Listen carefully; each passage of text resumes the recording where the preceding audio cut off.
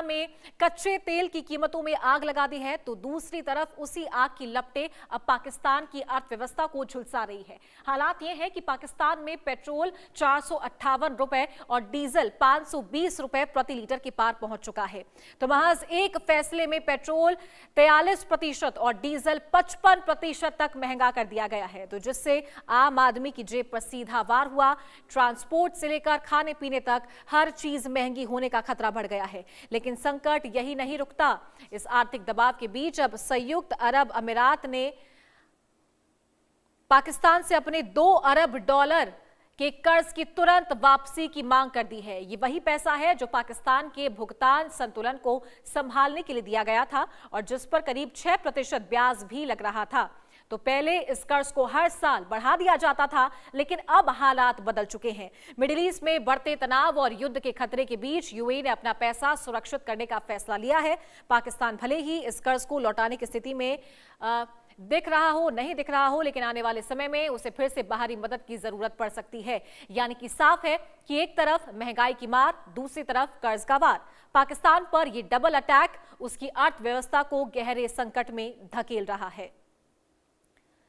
तो पाकिस्तान की जो स्थिति है वो पूरी तरीके से जग जाहिर है, लेकिन अब पाकिस्तान पर डबल वार हो रहा है, जहां एक तरफ पाकिस्तान महंगाई की मार झेल रहा है, तो वहीं अपना पैसा सुरक्षित करने का फैसला यहां पर यूएई ने लिया है। और इसी की वजह से जो तलवार है, जो संकट की तलवार है, वो यहां पर पाकिस्तान पर लटकती हुई दिखाई दे रही है। महंगाई एक तरफ, पाकिस्तान में पेट्रोल डीजल के दाम लगातार बढ़ रहे हैं और इसका सीधा असर जो है वो आम जनता की जेब पर पड़ता हुआ नजर आ रहा है। पाकिस्तान पहले से कर्ज में डूबा हुआ है और इसी बीच जो कर्ज यूएई की तरफ से, जो पैसा यूएई की तरफ से दिया गया था, वो यहाँ पर वापस मांग लिया गया है, क्योंकि मिडिल ईस्ट की वजह से खाड़ी देशों को भी काफी नुकसान हुआ है। ईरान के हमले लगातार इन देशों पर देखने को मिल रहे थे। स्थिति यहाँ पर इन देशों की मजबूत नहीं नजर आ रही है, लेकिन अब इस बीच डबल वार पाक पर यहाँ पर हुआ है। पाकिस्तान की हालत बेहद खराब स्थिति में है, खराब श्रेणी में आती है और कर्ज की चोट से पाकिस्तान एक बार फिर से हिल गया है और अपार संकट यहाँ पर पाकिस्तान पर मंडरा रहा है, क्योंकि पाकिस्तान अफगानिस्तान के बीच भी लगातार जो स्थिति है वो गंभीर बनी हुई है और अब जो कर्ज की मार है वो भी पाकिस्तान को झेलना पड़ रहा है। तो पाकिस्तान पर डबल वार, जहां एक तरफ कर्ज तो दूसरी तरफ महंगाई। तो चलिए क्या है ये पूरी खबर, ये आपको ग्राफिक्स के जरिए समझाते हैं। त्राहिमाम पाकिस्तान में मचा हुआ है, सब कुछ यहां पर महंगा हो चुका है। सबसे पहले बात करते हैं कि महंगे ईंधन ने पाकिस्तान की कमर तोड़ दी है। पेट्रोल की बात करते हैं तो पेट्रोल अब 458.40 प्रति लीटर यहां पर है। इजाफा यहां पर 192 रुपए का हुआ है पाकिस्तान में। साथ ही आगे बढ़ते बात करते हैं डीजल की, तो पहले 280.86 रुपए प्रति लीटर था, लेकिन अब यह बढ़कर 520.35 रुपए हो चुका है और इसमें भी इजाफा हुआ है। इजाफा हुआ है 239 रुपए का। और अब आगे बढ़ते हैं और अब बात करेंगे केरोसिन की, तो पहले 188.73 रुपए प्रति लीटर केरोसिन का दाम था, लेकिन अब 457.80 रुपए ये प्रति लीटर हो गई है। इसमें भी एक अच्छा खासा इजाफा देखने को मिला है। पेट्रोल की बात करते हैं तो पहले पेट्रोल था 266.17 रुपए और अब है 458.40 प्रति लीटर। इसमें इजाफा हुआ है और इसमें 192 रुपए का इजाफा हुआ है। तो संकट जो मिडिल ईस्ट में मंडरा रहा है, स्ट्रेट ऑफ हॉर्मुज को बंद कर दिया गया है, तो तमाम देशों में तेल और गैस का जो संकट है वो मंडराने लगा था। और सिर्फ पाकिस्तान ही नहीं बल्कि कई ऐसे देश यहाँ पर ऐसे भी देखने को मिले थे जहां पर लगातार पेट्रोल डीजल के दाम बढ़ रहे हैं। और अगर जिन देशों में पेट्रोल डीजल के दाम नहीं बढ़ाए जा रहे थे तो वहां पर अलग तरीके से महंगाई कर दी गई। और अब बात करते हैं कि इसके अलावा किन किन चीजों पर असर पड़ रहा है। तो यहाँ पर आम खाने पीने की जो चीजें हैं वो कितनी महंगी हुई है। दूध की अगर बात करते हैं तो 220 से अब ये बढ़कर 260 हो गया है। ब्रेड की बात करें तो 157 से बढ़कर 168। चावल की बात करें तो 330 से लेकर 350 अब इसका दाम हो गया है। बात कर लेते हैं अंडे की, तो 30 रुपए से बढ़कर 340 ये हो गया है। चिकन की बात कर लेते हैं तो 800 रुपए से बढ़कर ये 950 रुपए हो गया है। तो पाकिस्तान में खाने पीने की चीजें इस हद तक महंगी हुई है। तो दूध, ब्रेड, चावल ये रोजमर्रा की चीजें हैं। बात करते हैं मटन की, यानी कि 1250 रुपए से बढ़कर ये 1500 रुपए हो गया है। साथ ही सेब की अगर बात करें तो 300 से बढ़कर ये 450 हो चुका है। टमाटर की बात करते हैं 140 से 250 तक पहुंच गया। आलू की बात करें 80 से 150 ही पहुंच गया है। प्याज की अगर बात करें तो 120 से ये 200 पहुंच चुका है। और अगर बात करते हैं रसोई तेल की तो 2200 रुपए से बढ़कर ये 3200 रुपए पहुंच गया, लेकिन सीधा सीधा 1000 रुपए का जो इजाफा जो है वो यहां पर देखने को मिल रहा था। तो सिर्फ तेल, गैस, ये तमाम वो चीजें नहीं हैं जिसकी मार आम जनता को यहां पर झेलने को मिल रही है, बल्कि तमाम वो चीजें हैं जो रोजमर्रा में आम आदमी के जो काम आती है उसकी मार भी यहां पर पाकिस्तान की जनता को झेलनी पड़ रही है। बात कर लेते हैं रोजमर्रा की चीजें, खाने पीने की जो चीजें हैं उनके दामों में भी यहां पर बढ़ोतरी हुई है और सीधा नुकसान यहां पर जो पाकिस्तान की जनता है उसको झेलने को मिल रहा है, क्योंकि स्ट्रेट ऑफ हॉर्मुज बंद कर दिया गया तो उससे तेल और डीजल, पेट्रोल, गैस ये तो महंगा हुआ ही है, लेकिन और भी कई चीजें हैं जिससे असर यहां पर पड़ रहा है। बात करते हैं कि पेट्रोल डीजल महंगा हुआ और कीमत इतनी क्यों बढ़ी है। पाक में विदेशी मुद्रा भंडार लगभग खत्म हो चुका है, क्योंकि पाकिस्तान कर्ज में डूबा हुआ है और IMF के दबाव से सब्सिडी खत्म करनी पड़ी है। कर्ज की अगली किश्त पाने के लिए सब्सिडी यहां पर हटा दी गई है, इसलिए इन कीमतों में ज्यादा बढ़ोतरी देखने को मिल रही है। साथ ही नए राजस्व स्रोत ना मिलने से ईंधन महंगा हो गया है, यानी कि कोई ट्रेजरी यहां पर नहीं है पाकिस्तान के पास में, इसीलिए कीमतों में इतना ज्यादा जो मार्जिन है वो देखने को मिल रहा है। महंगाई और ईंधन की कीमतें पाकिस्तान में बढ़ती हुई नजर आ रही हैं और एक तेजी यानी कि एक उछाल के साथ में ये कीमतें बढ़ी है। पेट्रोल डीजल यहां पर महंगा हुआ है और क्यों ये पेट्रोल डीजल महंगा हुआ उसकी वजह भी आपको बताई है कि पाकिस्तान पूरी तरीके से कर्ज में डूबा हुआ है।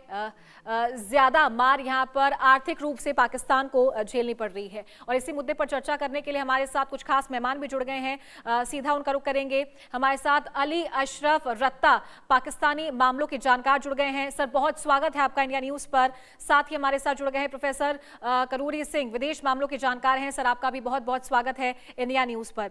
तो सबसे पहले अली अशरफ जी, मैं आपका रुख करना चाहूंगी। पाकिस्तान एक तरफ महंगाई की, कर्ज की मार तो झेल ही रहा था, लेकिन अब UAE का एक बड़ा फैसला कर्ज वापस सुरक्षित करने का जो लिया गया था, इससे क्या असर, क्या इंपैक्ट पाकिस्तान पर पड़ सकता है और क्या आने वाले दिनों में उसकी स्थिति देखने को मिलेगी? फर्स्ट ऑफ ऑल जी, बहुत शुक्रिया आपका इनवाइट करने का और इस टॉपिक को डिस्कस करने का अपने प्लेटफॉर्म के ऊपर। जहाँ तक रह गई बात पाकिस्तान UAE रिलेशंस की, या उनके जो हमारे पास अमाउंट जो डिपॉजिटेड है हमारे स्टेट बैंक के अंदर, वो उन्होंने वापस मांगी है, तो डेफिनेटली उनके अपने हालात जो हैं वो ख़राब हो रहे हैं। उनकी इकोनॉमी के ऊपर बहुत असर हुआ है ईरान वॉर का, और उसके बाद जो है डेफिनेटली उनको जो है पैसों की ज़रूरत है, और इसी वजह से उन्होंने पाकिस्तान से रिक्वेस्ट की थी जो हमारे जो आपके स्टेट बैंक के अंदर डिपॉजिटेड अमाउंट है वो अभी हमें ज़रूरत है उसकी, और पाकिस्तान ने उसको खुशामदीद कहा है। और पाकिस्तान ने इसी बंद के अंदर जो है उनके 2 बिलियन जो डॉलर्स हैं वो उनको वापस करने की जो है वो प्लान कर लिया है, और वो हम वापस कर रहे हैं। जहाँ तक रहेगी बात इकोनॉमिकल, जो आपने बात की है कि प्राइसेस हाइक हुई हैं, पेट्रोलियम प्राइसेस की बात कर रही हैं आप, तो ये एक वर्ल्ड वाइड फेनोमेना है। ये सिर्फ पाकिस्तान में नहीं हुआ है, रीजन के तकरीबन तमाम मुल्कों में, इवन इंडिया के अंदर जो है वो LPG का शॉर्टेज इस कदर ज्यादा है कि लोग लाइनों में खड़े हैं और LPG नहीं मिल रही है। और पिछले 1 महीने के अंदर जो है आपको पता है कि कमर्शियल सिलेंडर की प्राइसेस जो है वो कितनी हाइक हुई है इंडिया के अंदर। तो ये सिर्फ पाकिस्तान का मसला नहीं है, ये रीजन का मसला है। और दूसरी तरफ जो बात है कि IMF का प्रेशर है या दूसरे जो कंट्रीज हैं, जो वर्ल्ड पावर्स हैं, उनका प्रेशर है, तो डेफिनेटली वो होता है जब आप एफर्ट करते हैं कि बड़ी ताकतों को किसी टेबल पे लाने के लिए और उनको पीस प्रोसेस में शामिल करने के लिए या उनको कन्विंस करने के लिए, तो आपको उसकी प्राइस भी पे करना पड़ती है। तो डेफिनेटली पाकिस्तान वो प्राइस पे कर रहा है। और लेकिन हम एज अ स्टेट मेरा ख्याल है कि कोशिश जारी रखेंगे कि रीजन के अंदर पीस होना चाहिए। जंग किसी के मफाद में नहीं है, ना वो पाकिस्तान के मफाद में है, ना वो ईरान के मफाद में है, ना वो गल्फ कंट्रीज के मफाद में है, और ना ही इवन US और इसराइल के मफाद में है। मेरा ख्याल में कि आप जो भी एनालिस्ट या जो भी स्ट्रेटेजिक एनालिस्ट है वो इस बात को अच्छे से समझ सकता है कि अमेरिका का बहुत बड़ा लॉस हुआ है, जो गुडविल का लॉस है, क्योंकि उसकी जो सारी इकोनॉमी है या उसका डॉलर है या उसका जो भरम है वो सारा गुडविल के ऊपर खड़ा है। और अगर वो इस जंग को कंटिन्यू करता है तो उसका सबसे बड़ा लॉस होगा। वो दुनिया के अंदर अपनी जो एक पार है या अपना एक भरम है वो खो देगा। तो मेरा ख्याल है कि ये पाकिस्तान की एक बहुत अच्छी एफर्ट है कि वो तमाम जो फोर्सेस हैं, जो तमाम पार्टीज हैं, उनको जो है वो एक टेबल पे इकट्ठा करे और उनको पीस के लिए जो है एग्री करे इस बात के ऊपर। बट इजराइल जो है इसके अंदर वो एक बहुत नेगेटिव किरदार के अंदर अभी सामने आया 2 दिन पहले। आपने देखा होगा कि उन्होंने कहा कि जी हमें पाकिस्तान पे एतबार नहीं है, वो ईरान को प्रोटेक्ट कर रहा है। तो मेरा ख्याल है कि जो अमेरिकन ऑफिसर्स हैं CIA के, वो अभी रिसेंटली वो एक इंटरव्यू में कह रहे थे कि इजराइल जो है वो इस धरती के ऊपर जो है वो एक कैंसर की हैसियत रखता है, जिसने पूरी दुनिया के पीस को बर्बाद किया हुआ है। तो मेरा ख्याल है कि अमेरिका को इस बात को समझना चाहिए। और ट्रंप के बारे में भी कहा जा रहा है कि वो शायद इस वक्त नेतन्याहू के वो आपकी हिंदी में कहते हैं ना कि वो वश में है, तो वो इस वजह से वश में है और वो जो है वो एक गलत डिसीजन लेके बैठ गया है और वो इस जंग में फंस गया है। तो मेरा ख्याल है कि आने वाले दिनों में जो अमेरिकन थिंक टैंक है वो भी इसके ऊपर सोचेंगे और डेफिनेटली दुनिया के पीस के लिए काम किया जाएगा। ठीक है। प्रोफेसर करुणी सिंह जी, आपका रुख करना चाहूंगी मैं। जिस तरीके से अपना पैसा वापस मांगने का काम यहाँ पर UAE ने किया है और अभी जो मिडिल ईस्ट में सिचुएशन है उससे ये तो साफ तौर पर अब पता लग रहा है कि वाकई में ईरान की तरफ से हमले जो लगातार जारी हैं